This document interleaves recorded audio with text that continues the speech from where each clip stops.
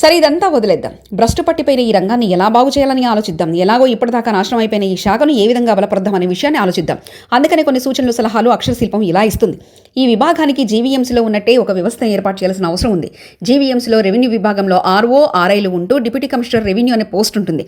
ఆ రెవెన్యూ విభాగానికి ఆయన అధికారి, పూర్తి బాధ్యత ఆయనదే. అలాగే ఊడాలో కూడా జీవీఎంసీలో ఉండే విధంగా నియమిస్తే ఆ విభాగం పూర్తిగా సెట్ అవుతుందని మా ప్రస్తుత అభిప్రాయం. మరో విషయం ఏమిటంటే, ఇక్కడ ఆ పోస్టు లేదు. ఊడాలో అలా కుదరదు. అసలు ఊడాలో ఆ పోస్టును క్రియేట్ చేయలేము. ఎట్టి పరిస్థితుల్లోనూ ఇది సాధ్యం కాని పని అని వీఎంఆర్డీఏ కమిషనర్తో సహా ఇతర అధికారులందరూ అనొచ్చు. ఇలా ఎవరైనా ప్రశ్నిస్తే అక్షరశిల్పం తిరిగి ప్రశ్నించేది ఒకటే. ఊడాలో డిప్యుటేషన్పై తీసుకున్న జాయింట్ కమిషనర్, ఇంజనీరింగ్ విభాగం అధికారి, chief engineer dash dash dash లాంటి పోస్టులు అసలే లేవు. అంతెందుకు ఊడా ఏజెండాలో కానీ సర్వీస్ రూల్స్లో కానీ లేని పదవులు అవి. వేరే ఖాళీలు చూపించి ఆ పదవుల్లో కూర్చొని జీతాలు తీసుకుంటున్నారు. మరి ఊడా వెన్నముక్కైన రెవెన్యూ శాఖ విభాగం బలపరిస్తే వచ్చే ఆదాయం పెరుగుదల ఉంటాయట. అలాంటప్పుడు ఈ రెవెన్యూ శాఖకు ఒక ప్రత్యేక అధికారిని ఎందుకు నియమించకూడదు అనేది మా ప్రశ్న. దీనికి సమాధానం మెల్లిగా ఇవ్వండి. ఈలోగా మరో కథనంతో మీ ముందుకు వస్తుంది అక్షరశిల్పం.